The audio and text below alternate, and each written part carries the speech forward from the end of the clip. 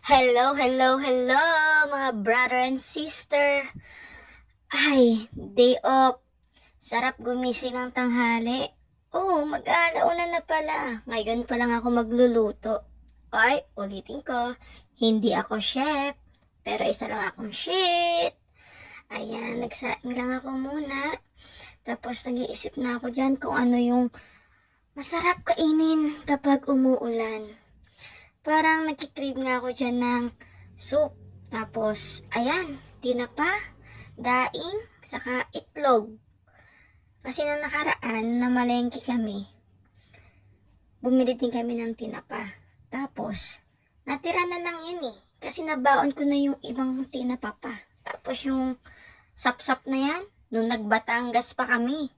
Tapos, ayan, 3 itlog para I love you, wifey! At dahil maulan nga, hindi ako makakapagluto sa labas. Dito na lang ako magluluto sa loob. Naglagay lang ako dyan ng mantika. Pinainit ko na rin yan. Tapos, nag-scramble egg na ako dyan. Tapos, syempre, tinapa! Next na nating lutuin dyan, yung sapsap na 10 years nang nasa rep namin. Tagal na! Tapos yung soup na yan, crab and corn yan, nilagyan ko na rin ng egg. Tada! Tapos na tayo magluto. Altanghap. Ay, sarap kumain.